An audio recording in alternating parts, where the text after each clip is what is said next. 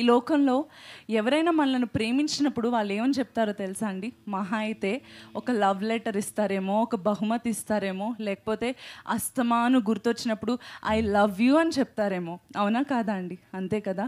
కానీ యేసయ్య అన్నాడు, ఆయన నేను నిన్ను ప్రేమిస్తున్నాను అని పరలోకం నుంచి ఐ లవ్ యూ అని అరవలేదు, కానీ ఆయన భూలోకానికి వచ్చి ఇదిగో ఎంత నేను నిన్ను ప్రేమిస్తున్నానని తన చేతులు చాపి తన ప్రాణాన్ని మన కొరకిచ్చి ఇది నా ప్రేమ అని చూపించాడు. హల్లెలూయా.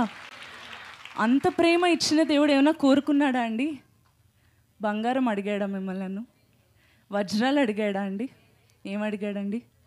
నీ హృదయం మాత్రం నాకు ఇవ్వు, నేను నిన్ను ప్రేమిస్తున్నానని చెప్పాడు.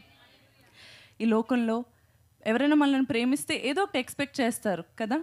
మిమ్మల్ని ప్రేమిస్తున్నాను అంటే మీ అందాన్ని బట్టో, మీకున్న ఉద్యోగాన్ని బట్టో, మీకున్న స్తోమతను బట్టో, వెల్త్ని బట్టో వాళ్ళు అంటారు నేను నిన్ను ప్రేమిస్తున్నాను అని చెప్తా ఉంటారు.